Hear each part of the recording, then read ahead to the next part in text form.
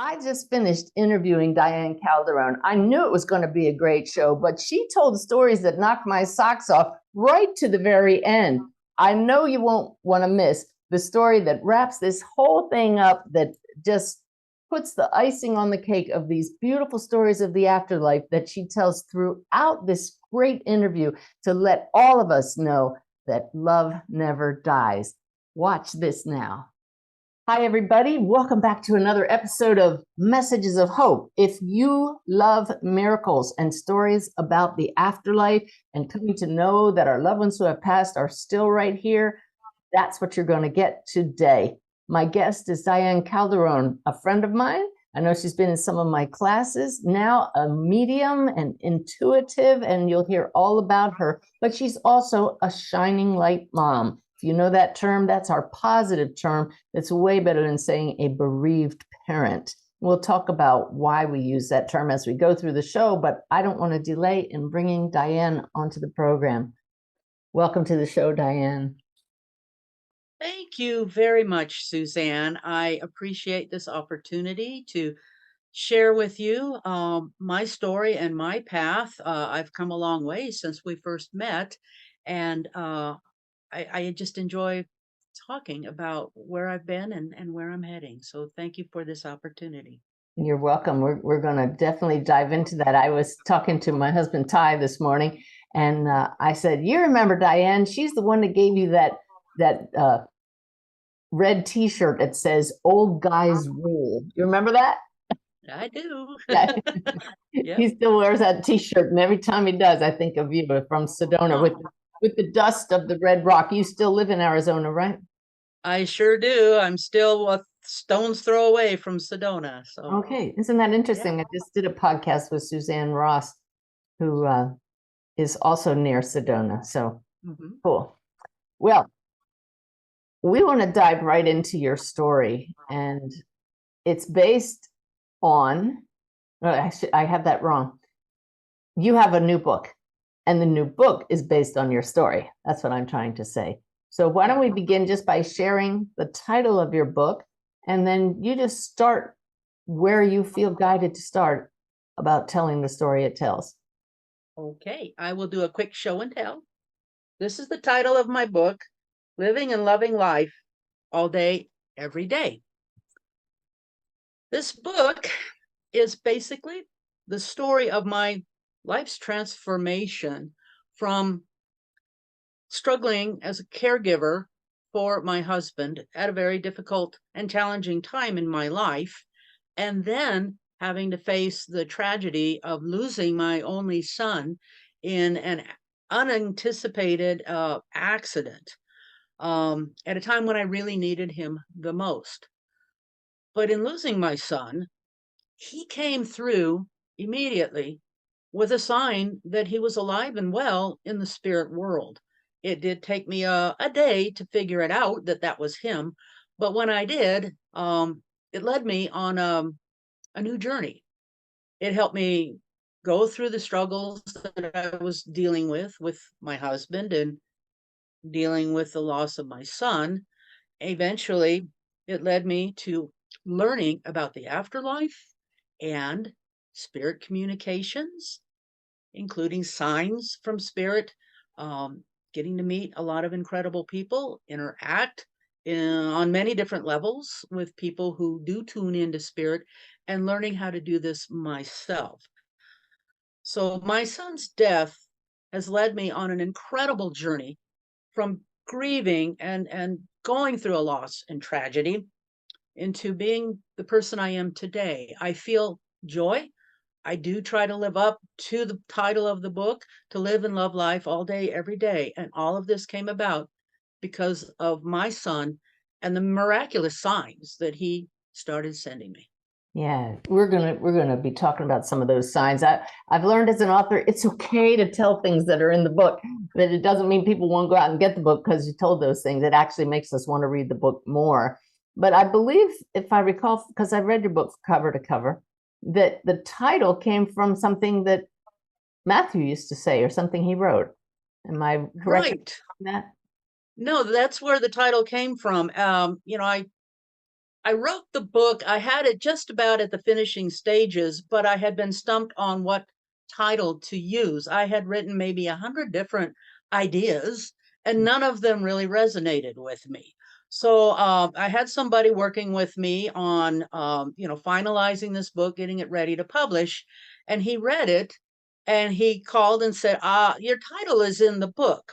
And what I had written in the book was what had happened when Matthew had died. The day he had died, he had called me and was applying for a job. And the job was to be a part-time assistant brewer at a little brew pub down the street from where he lived. And just something to fill in, make some bucks while he was working on his contractor's license. And he had asked me, "Mom, what should I put down as my job qualifications?" And smart aleck that I am, I said, "Well, that you like to drink beer."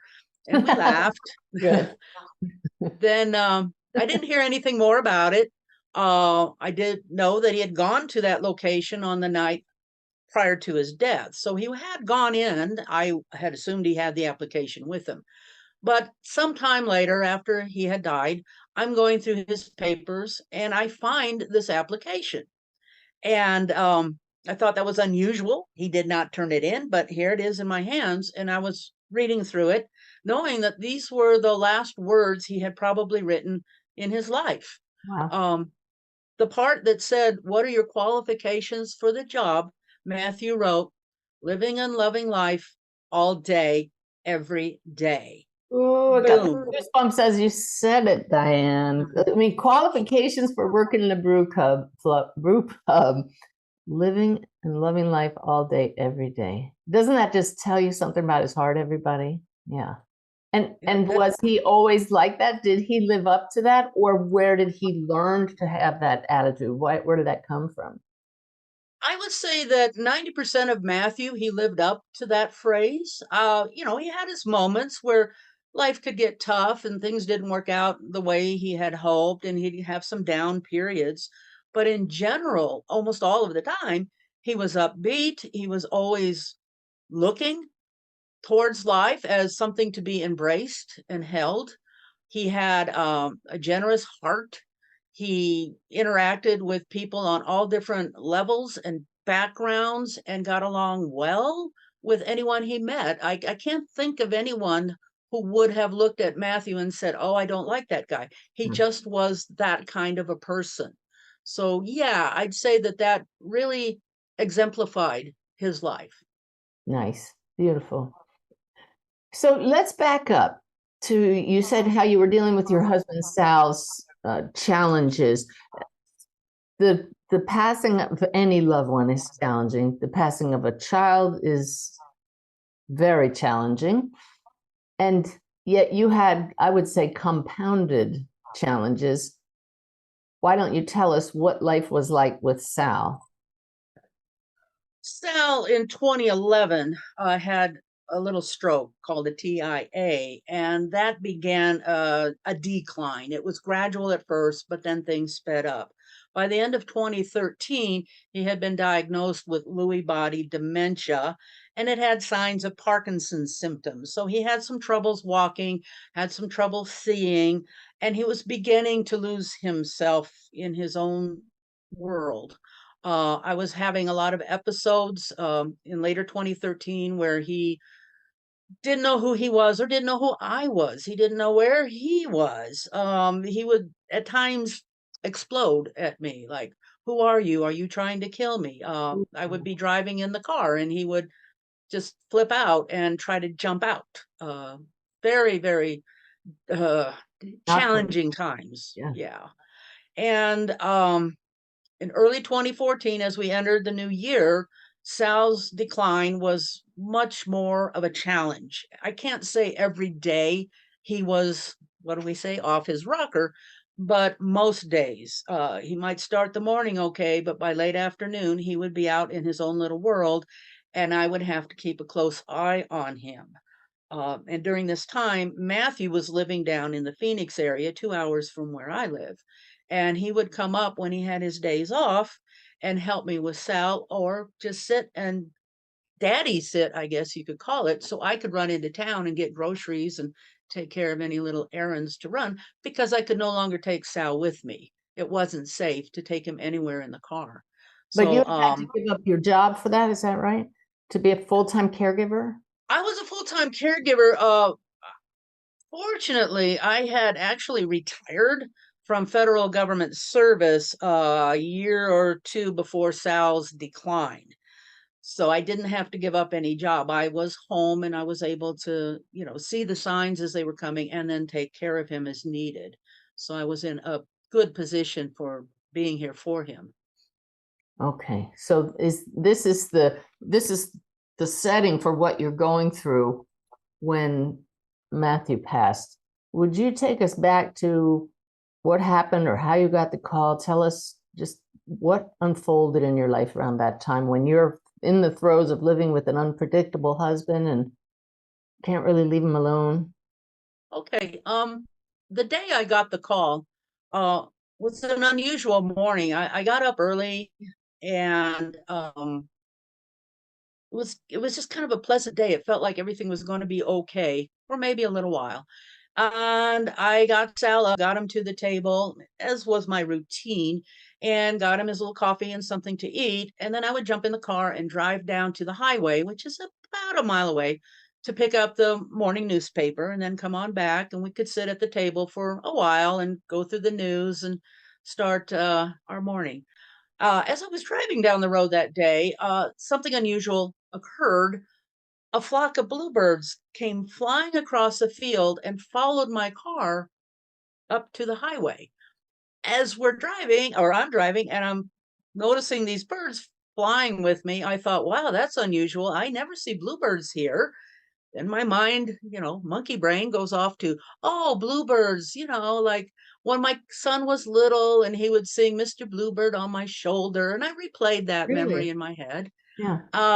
Picked up the paper. I'm coming back up the road. Now I'm thinking about that song Over the Rainbow where the bluebirds fly. Don't know why that popped in, but it did. Get back home, come in the house. Sal was, doing fine. I get him, whatever else he needed. We sat at the table.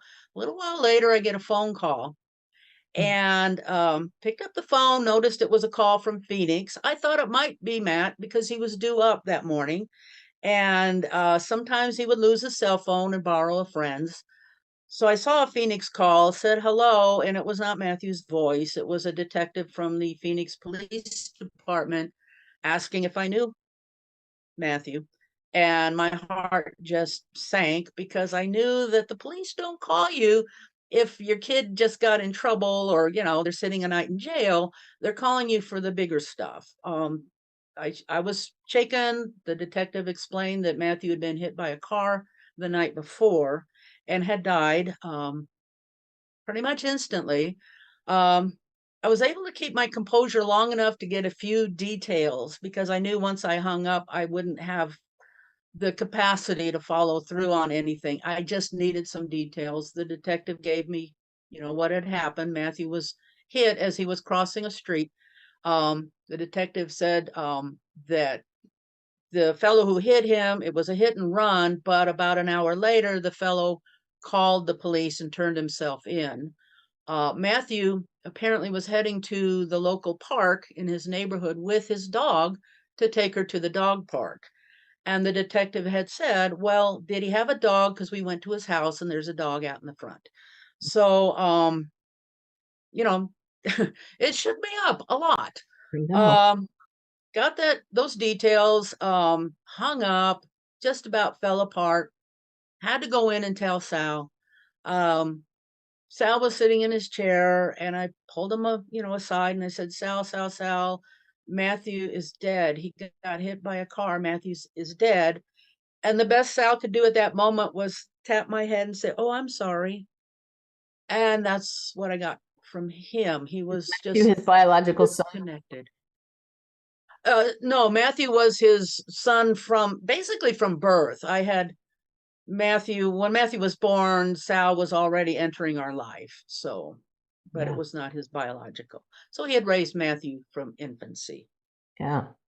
But no awareness and no comfort to you. How difficult. No, that was a challenge, definitely, and that was heartbreaking too. It's like I've lost my son, and I've really lost my husband, and these two aren't connecting here. He's just lost, as am I. Wow. All right. So what is the best segue here? We don't want to drag through the heartbreak, and I know that you talk about this in the book, but you don't wallow in it in the book, which I love, because I was reading again all of the testimonials about the book, and they say how uplifting it is, because you get into the purpose of the book is to let people know that you eventually found out that Matthew's still with you. And do you want to get to the miracle part, or where do you want to go? Yeah, because the miracle part is really the next thing that happened on that day that I got the call, or I should say by the end of that day. Because between the call and, trying to tell Sal, I had to make phone calls with the family and the friends and start figuring out arrangements and take care of Sal. So that evening I had him, in bed. He was quiet. I was sitting at the dining room table waiting for my sisters to come in. They lived in other states. They were flying in to help me. And I'm sitting there thinking about the events of the previous days, including that one. And in one of them, I remembered talking to Matthew about a really deep, soulful discussion several days before when he was at the house. And in this discussion, talking about, my ideas on religion and spirituality and a little bit of his, it popped into my head to say to him, Matt, if one of us dies, and I'll probably be the first one to go, but hey, if it's you, we have to promise that we will come and send the other person a sign. Wow. And he said, oh, well, gee, Mom, yeah, okay. Well, yeah, I'll do that. So we made this promise. An accident that you had this talk just shortly beforehand? Looking back, I don't think it was an accident. I think it was a setup by spirit that this talk emerged. It just, I can have no other explanation And than it was meant to be. No other explanation moment. I call those NOEs. Right. Yeah. NOEs. So I'm sitting there and I'm replaying this in my head, and it's like, darn it, Matt, we had this promise and you were supposed to come and give me a sign. Why didn't you? And then, boom, I remembered. I remembered what had happened the night before. Now, when I had talked to the police detective earlier in the day, I did ask about what time did this accident occur, and he said it was at about 7 p.m. So let's go back. The day before at 7 p.m., I'm sitting on the sofa. My husband is near me. There's a program that's starting on the television that we were going to watch. And I'm sitting there a little bored because, it's taking time to start. And I saw in front of my face, no further than, 15 inches, perhaps, arm's length, sparkling lights. A little cluster of lights were sparkling in front of my face, different colors. And they appeared and they sparkled for just, I don't know, 2, 3, 4 seconds. I mean, I didn't time it, but it was just like, whoa, what's that? And then they disappeared. I looked over at Sal and wondered, did he see those too? But he's staring ahead at the TV, and they appeared in front of him, just as they had in front of me. Looking at him, he's staring at the TV. He does not see these lights. They disappear. I'm sitting there going, okay, am I losing it like him? That won't be good if both of us are out in another world. Alrighty then. I look ahead, pondering what that meant. They showed again in front of my face, but this time they moved over to my left. I just love floated that. over. So this is not just an optical illusion that you're seeing perhaps inside your head. Now they're going like this, right? Right. And what time? With a purpose. This was at 7 p.m. Yeah. The program we wanted to watch we turned it on. It was starting at 7 p.m. So we had just turned it on. Right. Right. Yeah. So these lights, they kind of floated over and I'm watching them and they go over to my left and then they disappeared. And I'm like, whoa, what was that? I looked down on the coffee table to my side and there was an Edgar Cayce book sitting there. I picked it up thinking, oh, look at that. Oh, Sal must have picked it up from the room where we have all our books and had dropped it there. He would often carry things and just drop them. And I'm looking at it and I'm thinking, oh, wait, Matthew's coming tomorrow. And we just had this discussion a few days ago where I told him that I was certain that he had chosen me as his mother. I wasn't sure why I had that idea in my head. It's something I've always believed, well, at least since he was born, that he had a choice in making me his mom. I couldn't remember where I got it from. But I'm holding this Cayce book and it's like, well, wait, it's from Edgar Cayce. It's something Edgar Cayce had said. I read this a long time ago. That we I choose our opened, parents. Yeah. oh my gosh, I opened that book and bingo, right on the page where Cayce is talking about how the little souls up in heaven are choosing their parents. I couldn't believe it. I forgot about the lights. I'm now focused on this Edgar Cayce story. I'm reading it. I'm ignoring the program on the television. And you had And just had this conversation with Matthew days the before. other day. Yeah. So I'm like, okay, when Matt comes tomorrow, I'm put my bookmark in here. When he comes tomorrow, I am going to show him this is where I got my idea from. So I was pretty excited and then kind of forgot about the lights, didn't think about them until 24 hours later when I am sitting there saying, Matt, why didn't you send me a sign? Oh, you did. There it was. I'm telling you, Suzanne, that realization hit me like a Mack truck. I then knew that my son was alive and well and fine, and he had followed through on his promise. He had sent me that sign. That was him. That was his energetic, oh, I don't know what it is, what the soul can bring as little energetic lights. That was his way of letting me know he was fine. It was at that point where he had died. There he is in my house, letting me know that he is fine. And that's what helped me move forward, move through the next 2 weeks, which were something I never dreamed I would have to go through, and then beyond. Kept coming back to that miracle sign. Boy, Spirit has a way of letting us know what we need to know and giving us experiences, and that is a beautiful one. Wow. Yeah. Remarkable.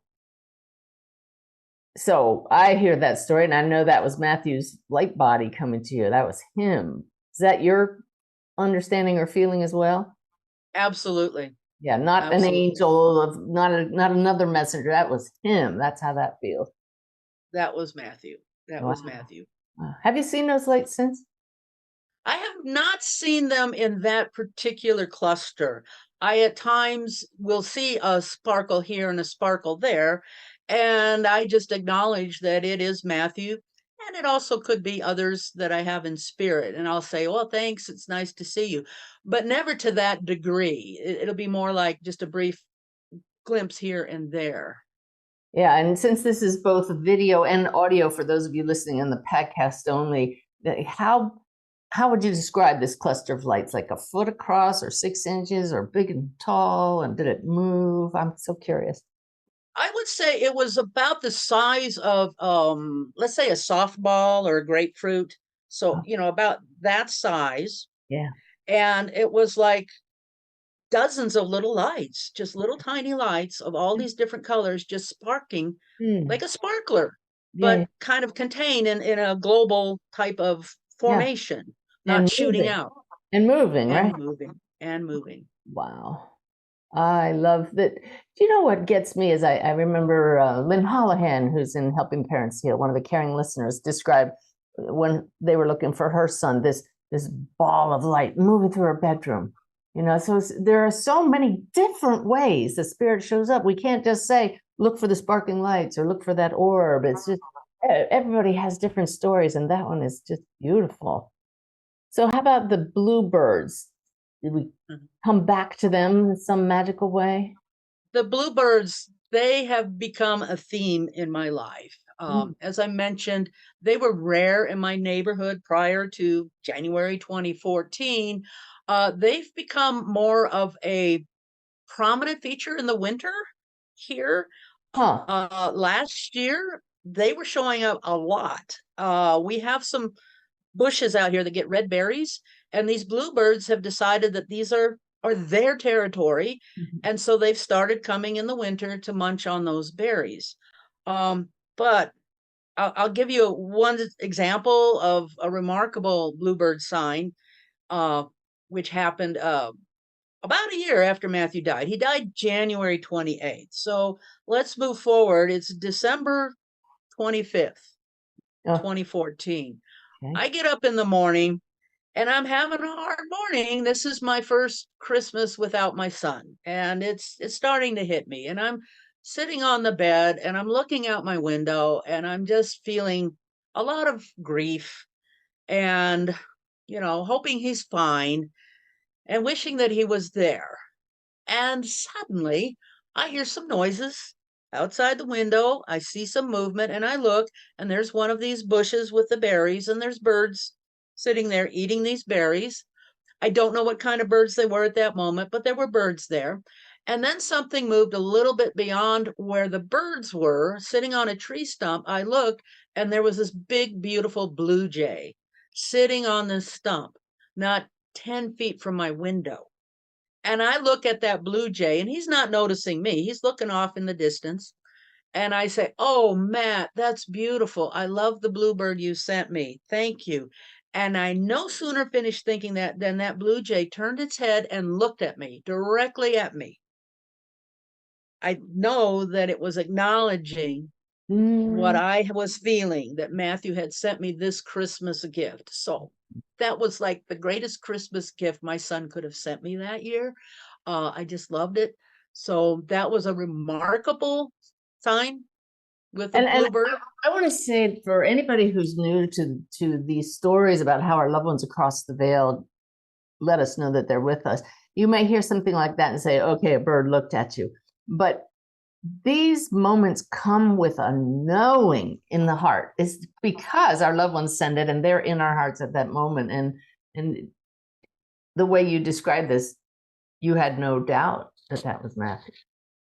None whatsoever. Become the bird, but as we've learned, they can guide and direct birds and animals and insects to make certain actions and let us know they're thinking of us.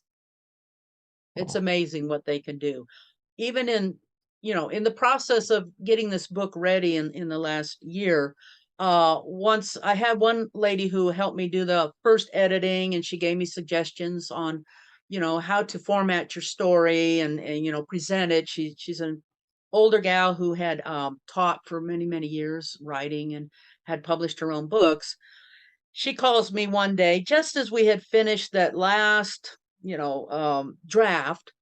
She says, "You're not going to believe this, but when I sent you that email, I opened my window and there were bluebirds outside on the juniper tree. I've never seen them before." Oh, So I thought, oh, that's super, right? That is just so cool. that is great. Yeah, and it's again, what's the rarity of that occurring? This is what helps us know these are really signs from the spirit world, just saying, you're on track. I'm around. You're being guided. Yeah. And when did you and I meet? Okay, we met in, let me think now. It was in March 2016, I believe. You had come to Arizona, and you did several workshops and classes, and you did a presentation at Unity in Phoenix. And I signed up for the workshops and the classes and got to meet with you. I believe that's when I gave Ty that shirt from Sedona. And just connected with you, and then with some of the other people who were in the classes, although it took a little time for me to connect with them. But I soon learned that others such as Brenda and Lynette were part of these classes, and we These are became classes friends. in learning how to connect yourself with your own loved ones across the veil. Had you known about mediumship or spirit communication before Matthew passed? before Matthew passed, my knowledge on that field was pretty limited. I knew of mediums. I knew that there were people who could communicate with spirit.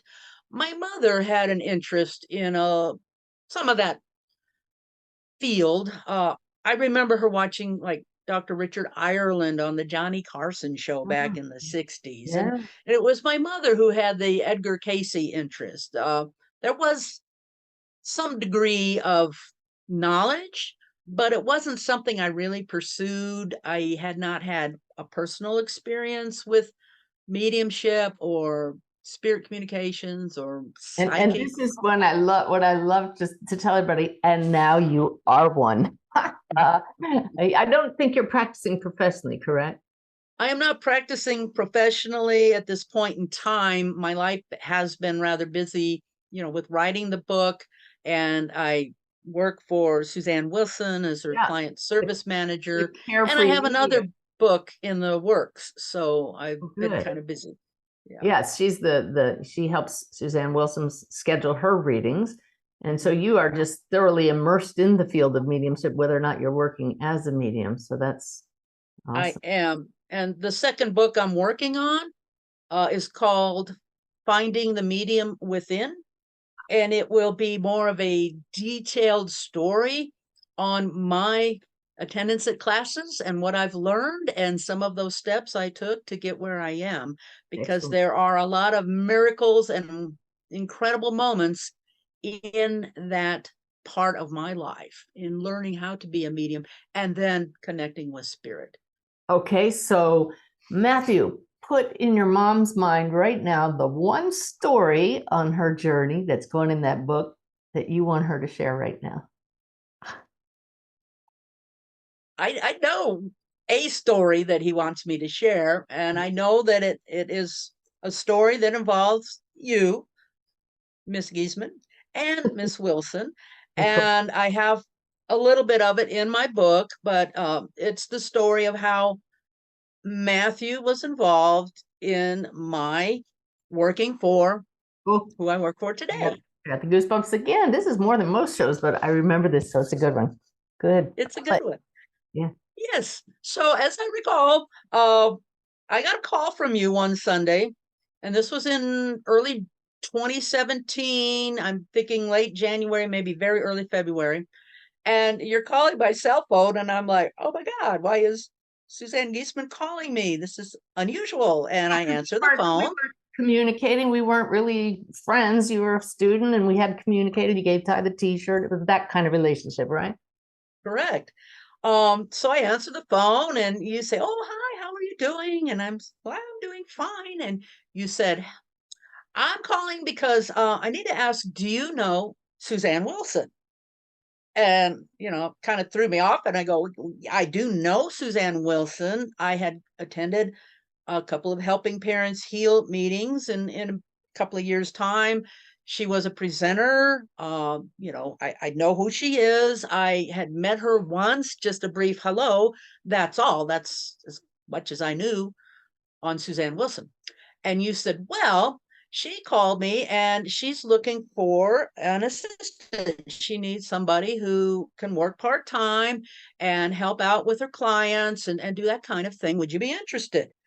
Well, I just about fell out of my chair because A, I wasn't looking for work, and B, you're calling me to see if I would be interested in working for somebody Of who's a all medium. people, I'm right? like, what? So I said, yeah, I guess I would be interested. Now I knew that I had taken these classes with you, and if you're calling and thinking I have enough information to assist somebody else who's a medium, I guess I'm doing pretty good. So I said, yeah, I'd be interested if I could work from home, because I knew Suzanne Wilson is down in the valley in the Carefree area, and I didn't want to have to be driving down there to do any of the work. And you said, oh, I'm absolutely sure you can work from home. So I said, sure, I'd be interested. So we left it at that. A little while later, I get a call from Suzanne Wilson, and we start talking. She said, yes, I'd called Suzanne Giesemann and told her I was looking for an assistant. And did she know anyone? And she said she had someone maybe in mind. When I hung up the phone, my ceiling fan kicked on.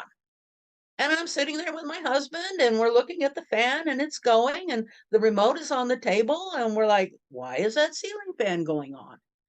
And I said, oh, that's probably my son.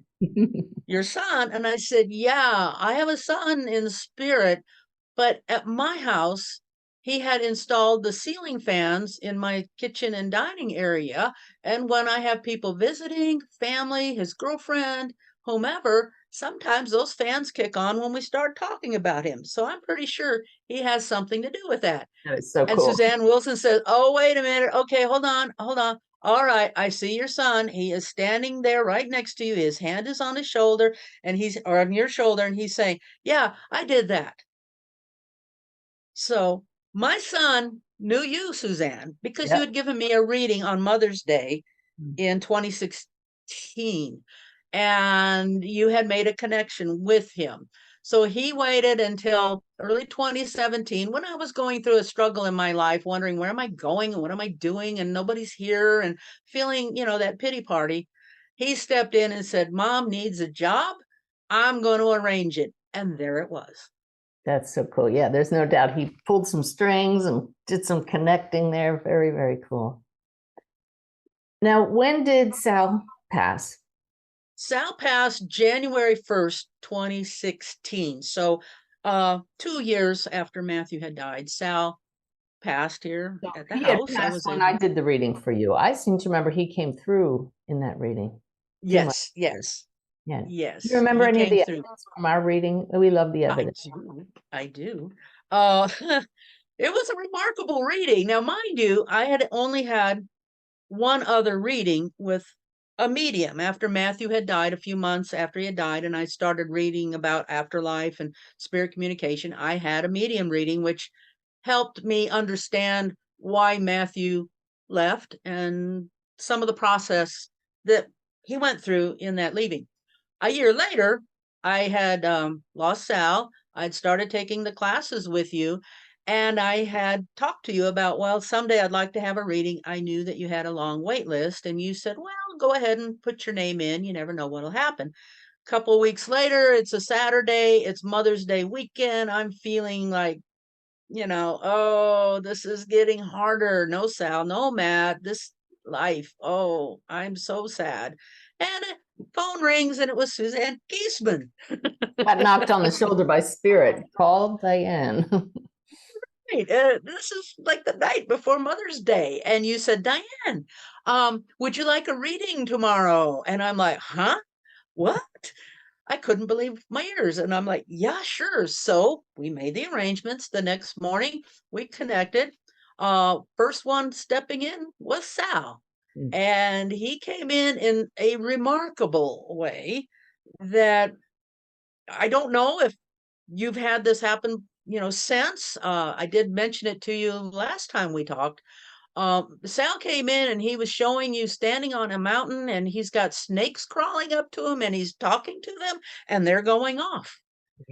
Do you know what that means, Diane? And actually, I understood exactly what that meant.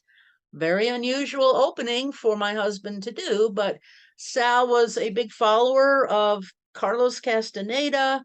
He had been a shaman's apprentice when he was young. I'm hearing the word And curandera, curandera. curandera, shaman. You even mentioned, I believe, Don Juan and Carlos Castaneda in the reading. Oh, So oh, Sal was bringing evidence through that I would understand. No one else in his family knew what Sal had done in his past and what his interests were along these lines. I knew.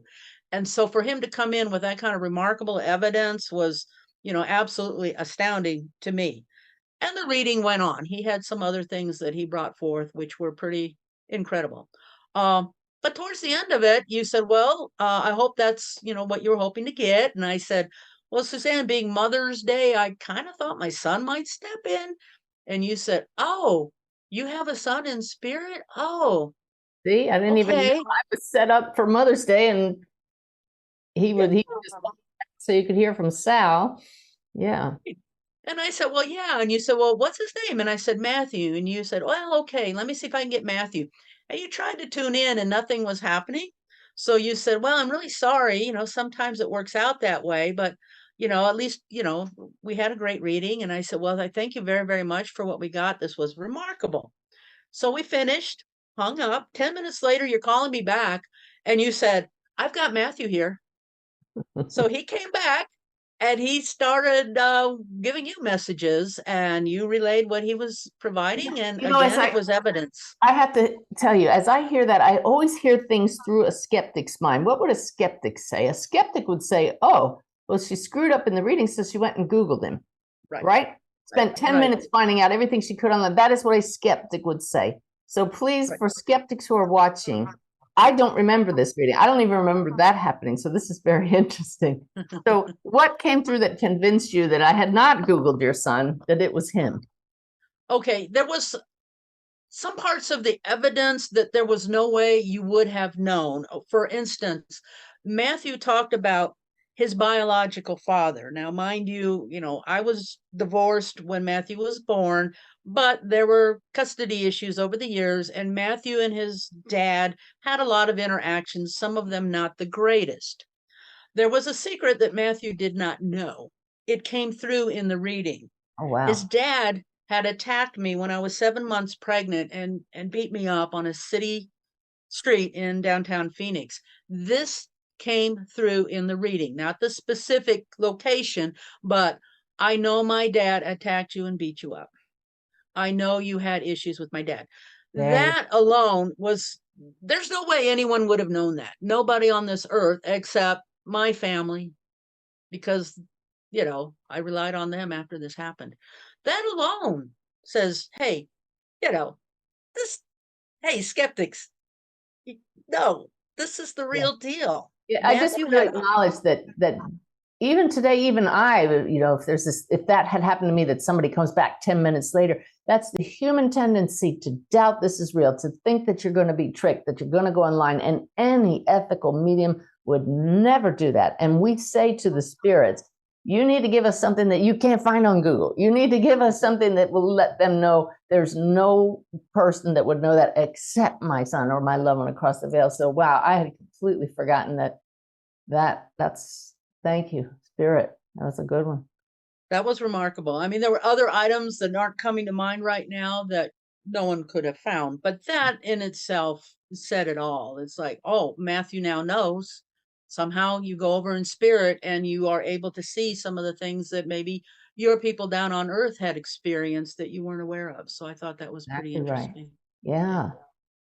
So by the time Sal passed, what had happened in your spiritual journey and your understanding of the afterlife that perhaps made his transition easier?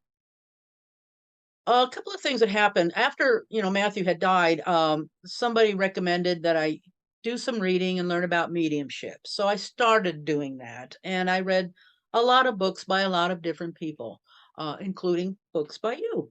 And it helped me open up to those possibilities of the afterlife and learn a little bit about what spirit might be doing over there, and everything's fine. As I said, I had a medium reading in 2015, which really led me to know that spirit's fine. My mother came in the reading, and a friend of a friend of mine, a child of a friend of mine also came in the reading. So it's like, wow, who would have known that? So it opened me up to those possibilities and intrigued me to learn more. I was a research analyst in part of my career. And so when you give me something to pursue, oh boy, I am going to study this and learn what I can. So I was learning as much as I could. And in doing so, it helped me during the days I was dealing with Sal. It would give me time to be distracted from some of the hard times I had with him. But it also helped me be aware of some of the things that he might say. For instance, he would be, a little bit lost, and he'd say, oh, well, my mom was here with Matthew. Well, his mom had died in the 50s. And so I didn't know her. Matthew didn't know her. But Sal is telling me that his mother and my son had been visiting him. It's like, well, that's pretty remarkable. If you're a caregiver and you've got your person in hospice and they're saying things like that, usually the hospice doctors will say, well, they're hallucinating. I knew better. I knew better because of my experiences and what I had learned about afterlife and communications and spirit. I knew Sal saw his mother. I knew Matthew was there. Absolutely. Another time, Sal says to me, "Oh, Matthew came and told me that he is learning how to help people when they die and that he's going to be there when I die." That,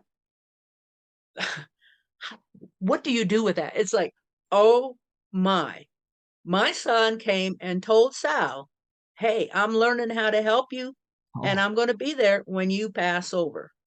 How remarkable, how wonderful for Sal to hear that from spirit. And then for me yeah. to know that, hey, he's not hallucinating. Yes, Matthew would come and tell him, "I'll be there for you."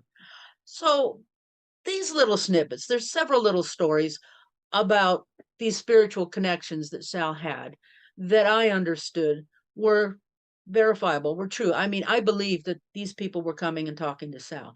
And I believe it helped me with him, helped me be the person to help him then pass over to the other side. I was there the whole time Yeah. and had him home the whole time.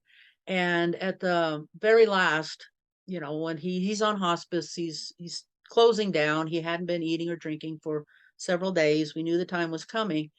He couldn't talk. He couldn't really respond and react with us. But at the very end, suddenly his face got bright. He looked at me. He said, and it was a whisper because he couldn't really speak. He said, "I love you." He took a couple of breaths and he was gone. And I knew that when he passed that he was fine. Those were his last words? Yeah. Wow. There's a Yeah. blessing. That was a blessing. Hmm. Shortly after he passed, do what you do. You get him ready. I had two of his kids with me. We got him ready. We finally made the call for hospice to come and get him. I had walked to the kitchen window and I looked outside and a hawk flew right in front of me, in front of my kitchen window.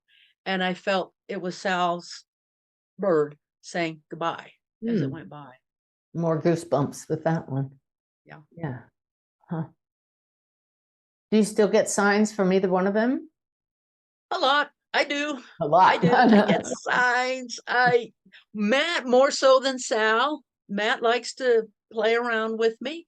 I'll get like the cell phone, you'll get a text message. You know how you get random text messages from somebody they're soliciting? And it'll be like, "Hi, this is Matthew from Autoglass." And it's like, Oh, what are great. the odds?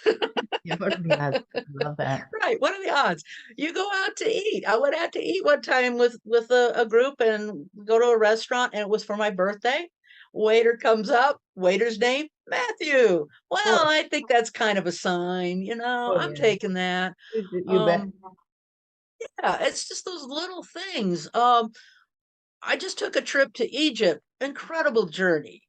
But at one point, one day, I don't know how many times as we're driving on the bus, I'd look out and I'd see something like Bluebird vans. And it's like, Bluebird vans in Egypt? Bluebird vans. Then another place, there's a store, Bluebird store. And it's like, wait, this is in English, Bluebird?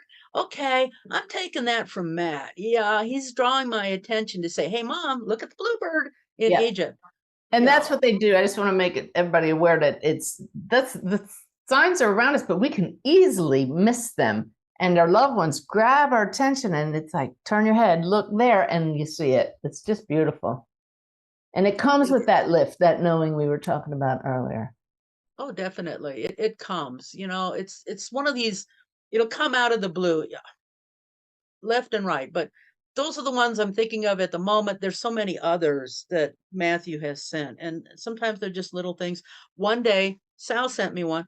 My home phone rings. I have caller ID, right? I pick it up and the caller ID says Salvador, and it's our home number. Now, Whoa. I don't know if anyone else has had their home number call you on your home phone, but mine did one day, and I'm like, I Fun. don't understand that. I actually answered, said hello. There was no one there, Of but course. it's like, what in the world is going on here? They're busy. They're doing a good job. They Yeah. are. Awesome. Wow. So I know a great theme of your book is resilience. And I know that it's Sal and Matthew across the veil, urging you on, giving you those signs, but now you get to share it with others and encourage them. And that's what your book does. Again, tell us the title and how people can find it. Okay, the title again is Living and Loving Life All Day, Every Day. The book is on Amazon.com. You can order it there. It's also, we're trying to get it set up where you can go into your local bookstore and order it from them. That should be ready any day now. I have a website at dianecalderon.com. You can go in there. I'm still developing it, so it's a little rough, but I have contact information in there if you need to contact me. I think it's a really beautiful book. It's a good story for people who have lost people, loved ones. They have folks over in spirit and they're wondering, is my person okay? What's it like over in heaven? Can I contact them? It gives you a little bit of that insight from my own perspective and experience, but also gives you a little story on how you can move forward. You'll never get over grief. Grief is always a part of your life, but you can move with it. You can move through it to some extent. You can reach a point where the grief isn't all consuming because you know that your people in spirit are okay and they're there for you and they're around you and they're sending you signs and they're trying to communicate with you. And when you get settled into a space where you can accept that, then you begin to get that signs, the messages, the feeling. I often get that beautiful feeling of them being around me. It's Yeah. just incredible. In Egypt, I could feel Matt a lot. He was like right here on my left a lot. It would just tingle. And I knew it was Matt. He was so excited that I was in Egypt. He used to give me books on Egypt. Oh, So how I cool. know that he was excited about this trip. Yeah. So, my story is a transformational one. I went from not knowing much of anything and curious about the afterlife, but not really knowing what it meant, to now understanding, to hearing from my loved ones, and in learning mediumship, hearing from the loved ones of others, from having sitters and having their loved ones come in and getting the feeling or the sense of how spirits do communicate and the love that they send their people here on earth. So Oh, I this, hope that anyone interested in the book, would read it. It's got some parts that'll make you cry and it's got some parts that'll make you laugh. But overall, it's, I think, hopeful, helpful, and healing and absolutely. inspiring.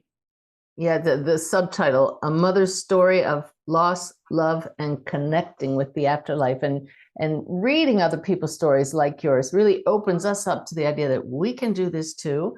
And it helps us understand how the signs come and what to look for. So you've done a beautiful job and it's very, very well written. So Thank you, thank congratulations. you, thank you. I'll say something kind of to close, I guess. If you do get the book, if you look on the back cover, there's a picture of Matthew holding a rainbow. This is a photo I had taken 2.5 years before he had passed. We're sitting outside. There's a thunderstorm that had rolled through the area, and a rainbow had appeared. And Matthew had come out and he was talking to me. And I saw the rainbow behind him. And I said, "Oh, Matt, quick, go get my camera. I'm going to take a picture." So he ran in the house, came out, handed me the camera. And I said, "Okay, I want you to put your hands up."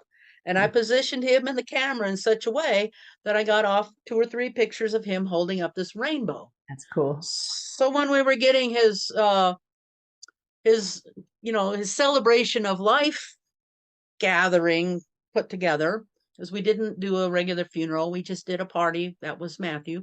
That became the theme photo.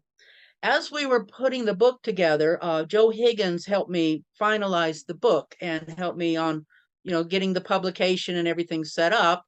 And Joe told me one day, "Your son is telling me that he wants to be recognized on the back cover. He wants that photo of him holding the rainbow." So we Oh, worked it into the back cover. So and that Joe was didn't know Matthew. about that photo, right? He did not. I don't know if I had told him about that photo or not. He might have seen it because I have it on my Facebook page. Okay, I know Um, he's a medium as well. Yeah. Right, he is. And, Matthew often dropped in on Joe with some interesting things. One night he dropped in on one of Joe's classes and played with the computer so that the person they were going to practice it couldn't join.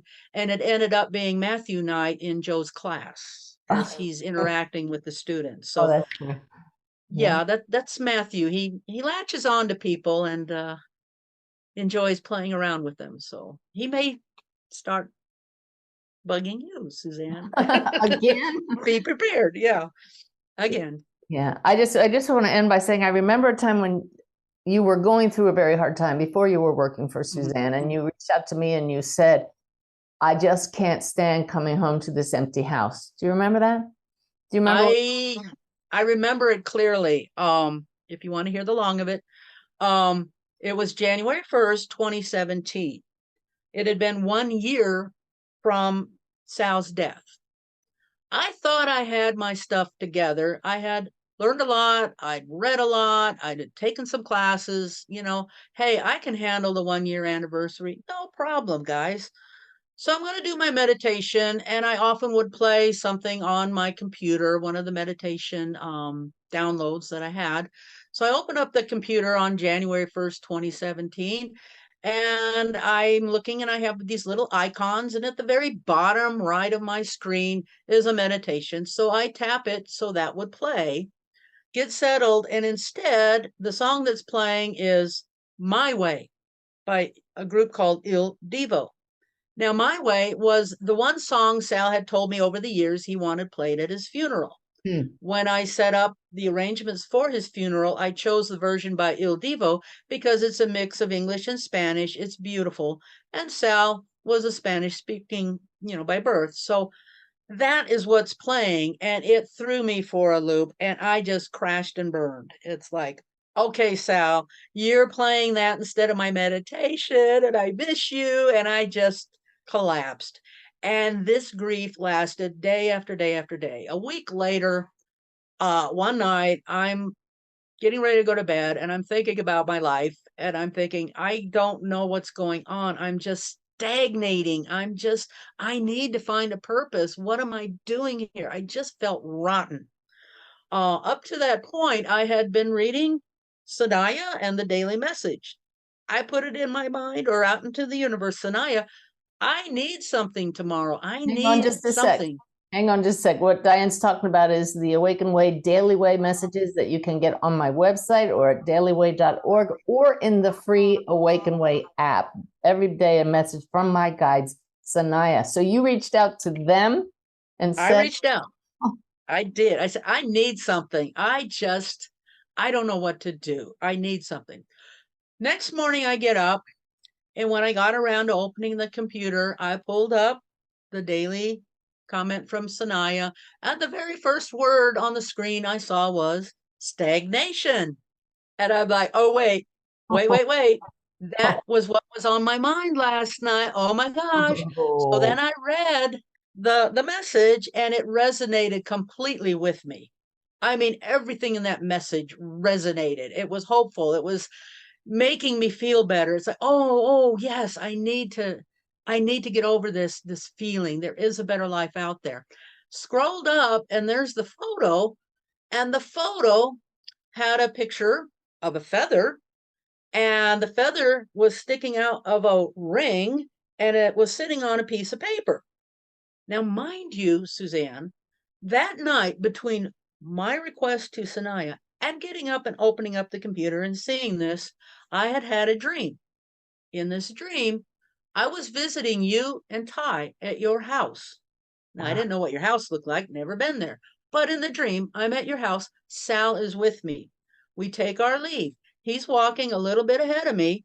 We're walking down a path. He stops, turns, and looks at me, then looks at the ground, and there is a grayish purple feather on the ground. That was the dream. So here I am the next morning. There's stagnation from Sanaya. There's a beautiful meaning to the message, and there's this photo of a feather in a ring on a piece of paper. like and a what wedding struck me, and they like always a wedding tell ring. me what photo. They guide me with the search term to this collage of photos, and they say that photo every day when I post the messages. Now I know why.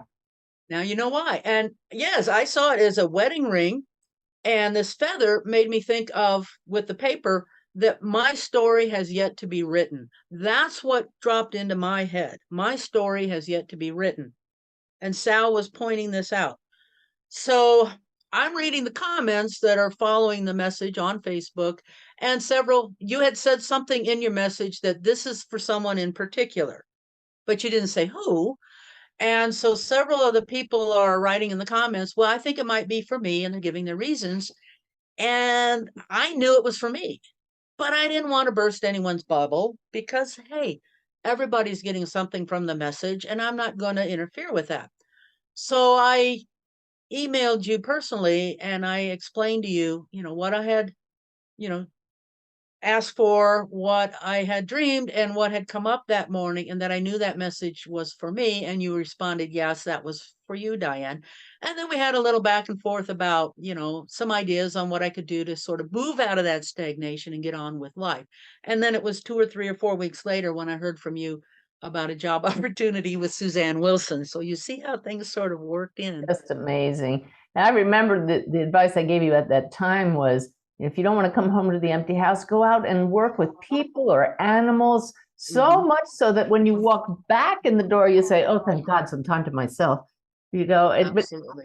In any case, it was all about service to others, to get our minds off our own pain. And you have really done such a beautiful job of that, Diane, with helping Suzanne Wilson, and now writing your book and a second book, and giving talks like this, coming on the show to share your hard-learned lessons, but to demonstrate that you can find joy again, especially knowing that your loved ones are still with you. So thank you. Well, you're welcome. And I'd like to just add one little comment on that feather image. It's been important to me all along. It had come in the dream. It came in that message from Sanaya.